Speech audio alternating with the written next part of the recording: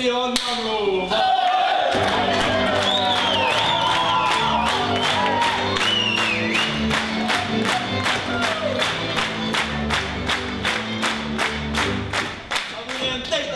Laskat, až nám bude postavenka praskat, na druhý deň na palmu nebeský, ostanou nás postavenky desky.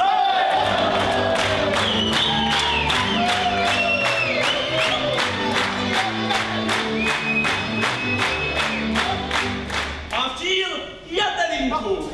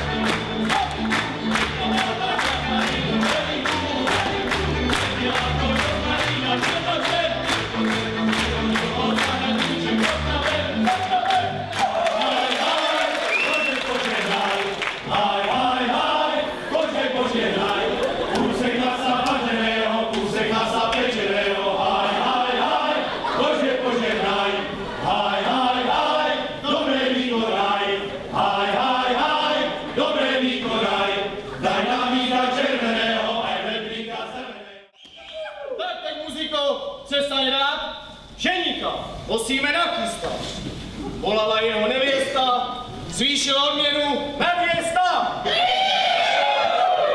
Pošleme jí ho na dobírku, ať ozdobí její sbírku. Tako ženíku, tak to je. Dostaneš chomůtek postroje.